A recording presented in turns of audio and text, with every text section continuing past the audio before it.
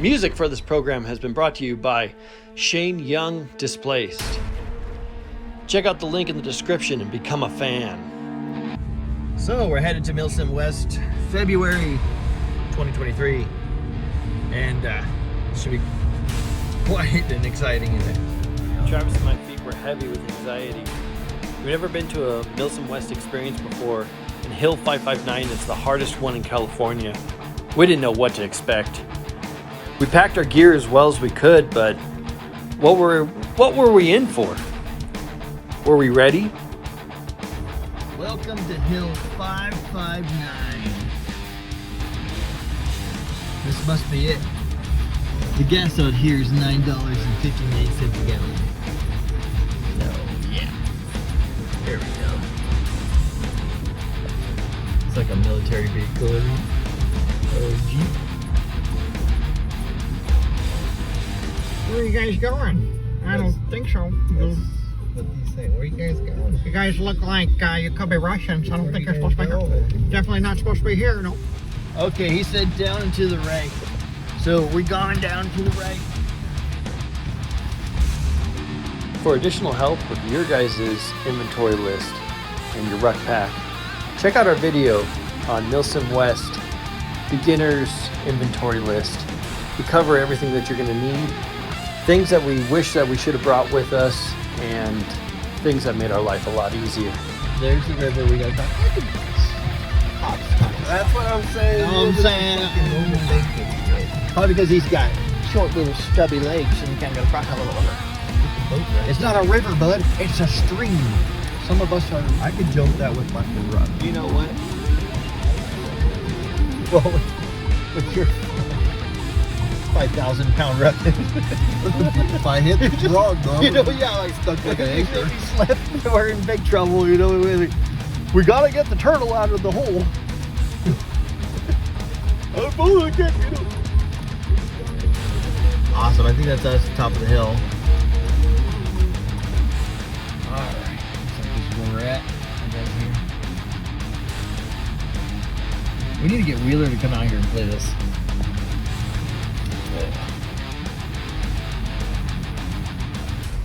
How did he get up here in his Lexus? I don't make Lexus like they used to. Got an Auspanzerwagen. Auspanzerwagen Lexus. That's why. It's a 1,000 Oaks Lexus. All right, getting the gear ready.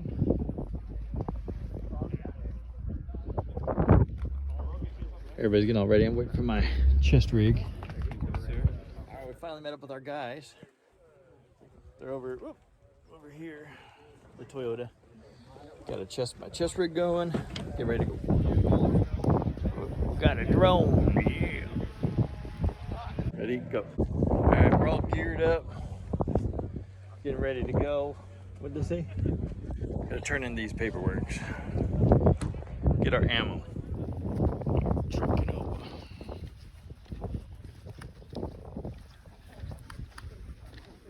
Travis is ready to fight for 3 years. Yep. Look at that big old back rack. I'm sporting a much smaller pack, you know, for that quick and dirty.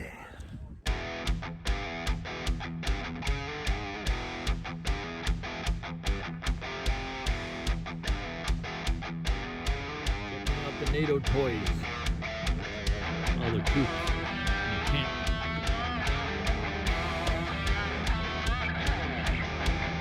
Yeah, so they give NATO all the good stuff. You look at this parking lot, you know, porta potties. Us Russians gotta rough it, bro. We're talking TP and shovels. And if you don't got no TP, you can be a man and use your hand. So now we are talking to the enemy and telling them good luck out there. Trying to play devil's advocate, I see. Uh-huh. See, what he's trying to do is get the guy with his guard down. Because even the weakest of humans, like NATO, is still an apex predator. That's right. All right, guys, if you want to jump straight into the battles, go to part 2. If you want to hear the whole briefing, then stay tuned. Do me a favor, I'm going to get this brief done as quick as I possibly can. All right, Hi everybody, my name's Josh Warren. Welcome to Milsim West. All right, thanks for coming out to our largest event ever here at Hill 559, the Kharkiv Pocket. And this weekend we're going to make the pocket collapse. The only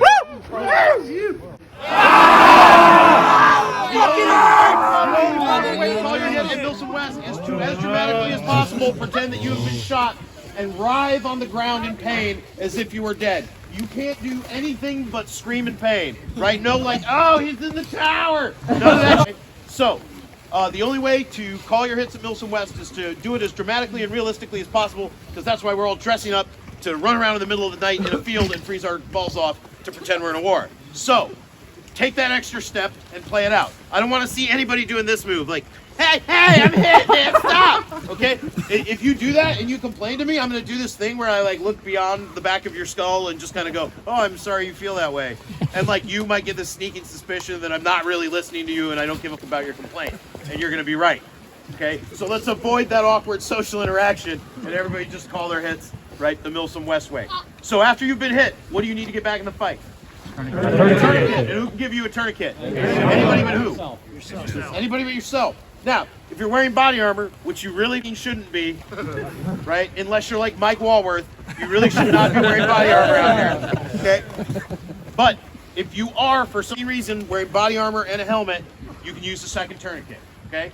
After you've expended all tourniquets and you're hit again, what do you need to get back in the fight? Medic water bottle, and it's going to be that Walmart brand Western Family Value water bottles, right? Great right, value. they're in that plastic 16-ounce bottle, okay? Either your squad medic has up to 4 of them, and your platoon medic has up to an entire case of them. You're gonna go to the medic, you're gonna drink the water bottle within arm's reach of the medic, you're gonna crush up the water bottle and give it back to the medic. While you do that, the medic is gonna take your tourniquet or tourniquets off of your arm or arms and put it back on your kit.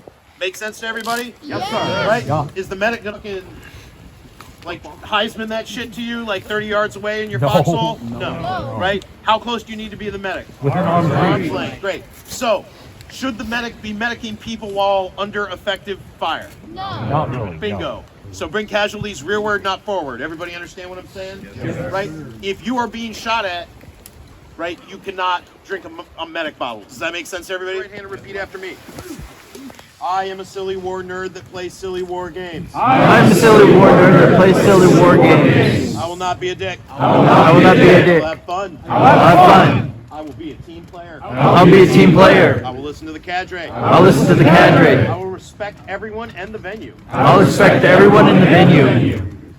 I will not leave trash. I will not leave I trash. will not be trash. I will not be trash. I will not argue I will not argue about who hit who, about who hit who, or if it was too much, or if it was too much, or not enough, or not enough, or hey, I'm hit already. or I'm hit already. I'm not arguing, I'm just saying. I'm not arguing, I'm just saying. I'm not mad, you're mad. I'm not mad, you're mad.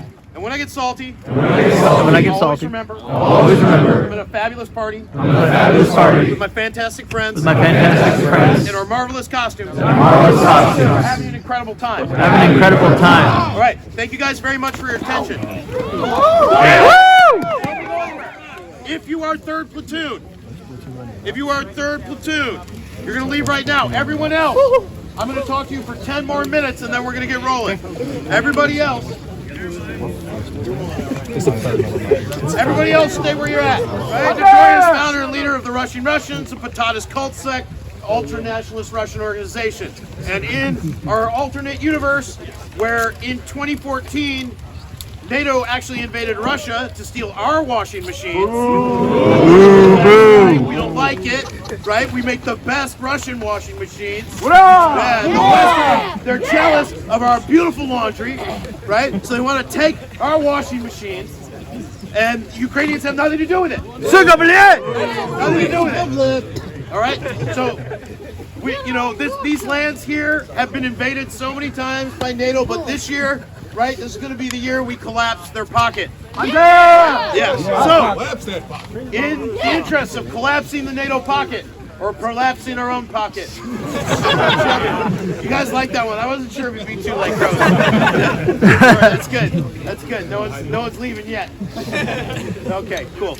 All right. So, in the interest of that, we are going to perform a company offensive operation. We're on the upper edge of what a company should be. We have 250 people, which is like verging on a battalion. But I have some of the best cadre here. I have a bunch of guys who've been doing this with me for almost a decade, some of them longer. Some of these cadre have 30 plus events. Jim, how many events is this for you? 38. 38. 38. 5 combat deployments and 38 Milsim West games. So, I don't think we need to be organized as a battalion because I think we got a great leadership team up here, is what I'm trying to say. Okay, so we are going to perform a company offensive action. Show of hands, has anyone not been briefed at all? Is anyone confused? Has everyone here been briefed by the leadership over here with these briefing aids already? Sort of, not everybody. Okay, that's good. That's why I'm going to talk to everybody right now. Most of your platoon leaders and squad leaders have already been briefed over here, but not all of you guys have heard the whole plan talked through, right? All right, the artillery was over here. Okay. I'm just gonna. All right, wait so till we're in the same let me orient you to my terrain model and I'll talk you through the mission. So you guys, we've already talked about it. North is north on the map. We are roughly right here where the red Ken is. Our crossing point is about 200 meters down the road here. It's marked by Kens. It's a series of rocks that go over the creek so that you can cross and not get your feet wet. Because I don't know about you guys, but I don't want to get my feet wet right now because it's going to get pretty cold, right? So I'm going to read you the 5-paragraph op order as quickly as possible.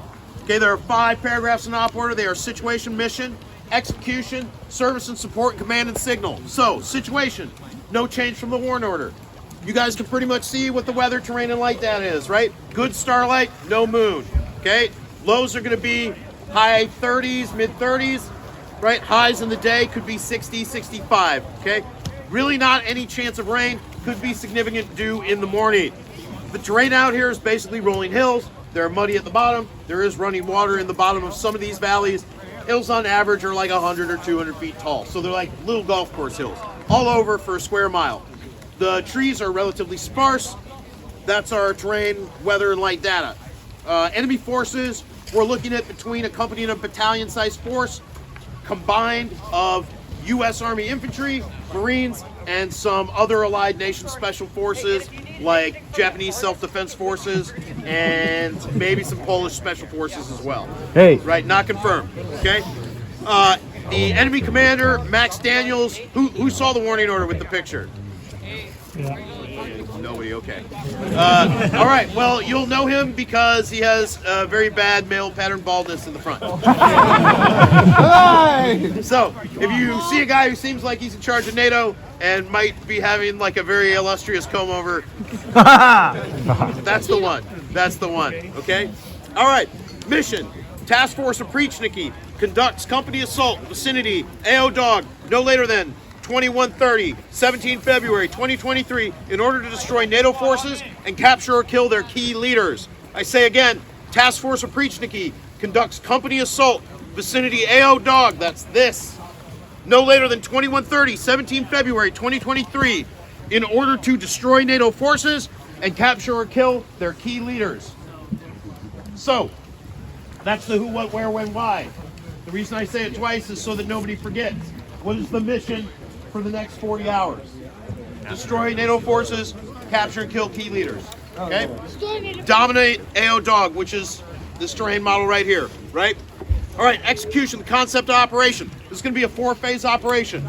It's going to start with the infill phase. That's going to start tonight in about an hour for you guys. Okay?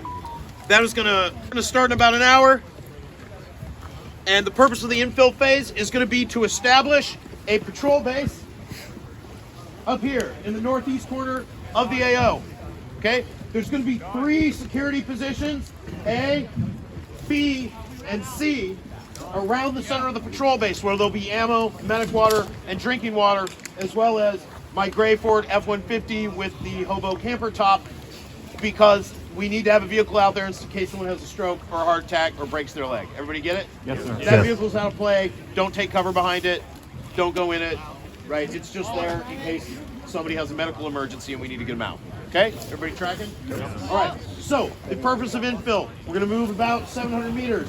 Right? If you're part of the main effort, you're going to move about 700 meters, drop your rucks in a sleeping position farther into the northeast corner, and then you're gonna either pull security or make patrols or set up listening post observation posts at either position A, B, or C. If you're QRF, you're gonna be responsible for position A. If you are second platoon, thank you, Max. You're gonna be responsible for position B. And if you're in the HQ platoon, you'll be responsible for position C. Now, later tonight, the supporting efforts, right, which are our 1st platoon and 4th platoon, are going to return from their objectives, okay, and take up those positions respectively. Okay, 1st platoon will be at A, 4th platoon will be at C, and 3rd platoon will be at B. Our sleeping positions will be behind those hills further northeast. Does that make sense to everybody? Sure. Right? There's nothing harder than pulling security while some dude's just like sawing a log right next to you. Right? And like, if you're actually sleeping and out of the fight, should you be right up where the position is? No. No, you should be back behind. Does that make sense to everybody? Yeah. So, we're going to pull security on the high ground and we're going to sleep in the low ground behind it. Make sense? Yes, okay? sir. Yeah. One other thing, for everybody personally here, what I really want to see out of you guys tonight, noise and light discipline, so I don't want to see any white lights once we cross the river. Should be red light only, right, to do what you got to do. Okay, if you don't have a red light, it's a required item. So your cadre shouldn't even let you. Did you get your gear checked? And they didn't tell you needed a red light? No. Okay. All right, man. So what I really want from you guys, right, is noise and light discipline. Like once we cross the river, should you be having idle conversations with your toes pointed inward at each other like a bunch of airsofters in a parking lot? No. Right? Try and pretend that we're in the infantry, right? And that the enemy is out there trying to kill us. And so if you're going to form a little circle with your friends, which direction should you face? Outward. Right? If you need to talk to your friends, at what volume should you talk to them? Quietly. Whispered, right? Whispered. Because we want to reserve our loud voices for moments when we're in contact. Make sense to everybody? Okay. So, one more thing. When you set up your sleeping positions, you should be able to break that down in at least 5 minutes. Does everybody understand what I'm saying? Yes. So, yeah, if like no like 7-person tents, no like chow tent for the whole crew, right? Anything bigger than a 1-person shelter is a no-go, right? That's like totally not chill, okay? That's way too much bullshit and it's gonna take forever to move. The place that we're gonna sleep tonight will not be the place we sleep tomorrow. Everybody understand? Yes. Okay? So don't get comfortable there. We're only there for full security so that we can eat, rest, do weapons maintenance, reload, and plan future operations. Does that make sense? That's the only thing that PB is for. So tonight during infill, we're gonna move to the PB. We're gonna hopefully have our rucks all dropped and a security presence, a security rotation established no later than midnight, so that we can begin.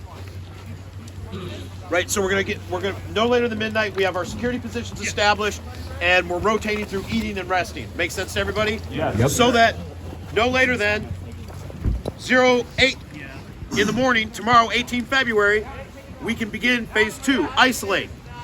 In phase 2, we're going to start rotating by platoons. So first, if you are part of the main effort tonight, right? If you're in QRF, if you're in 2nd platoon, or you're in HQ, those 3 platoons are going to step off first for patrols tomorrow morning. Makes sense to everybody? Yeah. Yep. All right, and each one of those patrols is going to get assigned a key piece of terrain. They're going to move out there and try and see if they can seize and hold that key piece of terrain until about midday.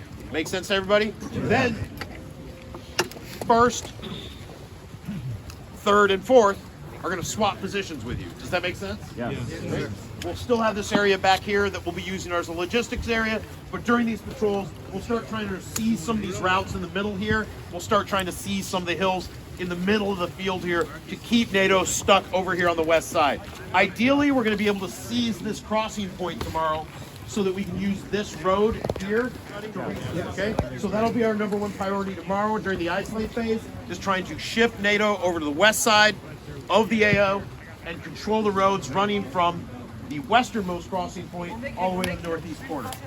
Once we have completed that, hopefully then no later than midnight tomorrow, we will begin the company assault, where we take all 250 of us and push westward and south across the venue, trapping NATO between the river and the boundary at the bottom corner. Make sense to everybody? Sir, yes, sir.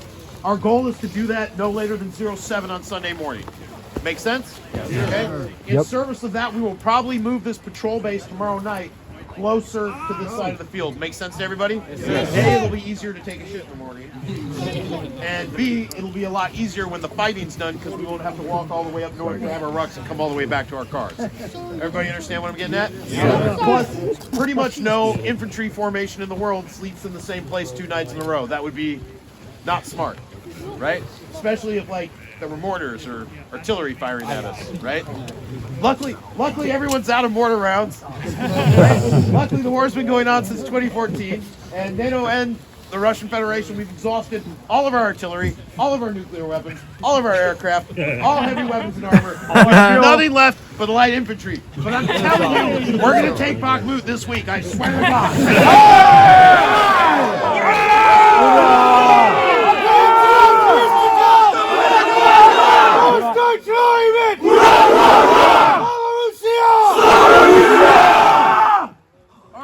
More vodka! Yeah, thank Senior Communications Sergeant Ducky for that one. Yes, he's a very, very motivated radio operator. So, that's the overview of the entire operation, right, from start to finish. That's a picture of everything we're going to do tonight. The order of movement tonight is going to be 2nd Platoon. Yeah. QRF, followed by HQ. Okay? Okay? But that's for the main body. Before that, 3rd Platoon, no, they're already gone. 1st and 4th, you're going to move out first. So 1st you'll go, then 4th, right? Then 2nd. As soon as we're done with it, as soon as we can. Yeah, has Sean already stepped off? Yeah. He just stepped. Oh yeah, they're already, okay. They're just like the tail end is getting over right now. The whole 3rd platoon. Ambush. Yeah, we'll probably take like 21:30. 21:30 beats step. 30 minutes. 35 minutes from now. Okay. Okay, let me just finish up here, guys. All right. So we've talked about the task and maneuver units here. We talked about the overall operational phases. Let's talk about service and support real quick. For all you private soldiers, riflemen, machine gunners out there, your primary source for ammunition is going to be who? Your squad leader. You should talk to your squad leader so that they can talk to the cadre. Because if you're the cadre and you got to talk to 50 people, that's annoying, right? So wouldn't it be easier if they could just talk to 4 or 5 squad leaders, and then those squad leaders could talk to like 8 or 9 guys? Make sense to everybody? Yes. And ideally, if you're a squad leader and you haven't assigned 2 assistants or 2 individual Alpha Bravo team leaders, do that right now and have those guys track the ammo and status of 3 or 4 guys and tell you. Make sense to everybody? Yes, right? So further subdivide those leadership tasks to make it more efficient, so you're not a squad leader worrying about running 9 or 10 or 12 dudes. You're worried about running 2 team leaders who are running 3 to 6 guys each. Make sense? Yep. Yes, sir. Great. So for ammo, your primary source should be the squad leader. Secondary source should be your platoon cadre. You can't find your squad leader, go find your cadre. They'll help you out. Medic water. Primary source is going to be your platoon sergeant or your platoon medic, right? That's your cadre. If you can't find them, come to where the company HQ is, typically near where the bladder is, okay? And somebody will help you out there.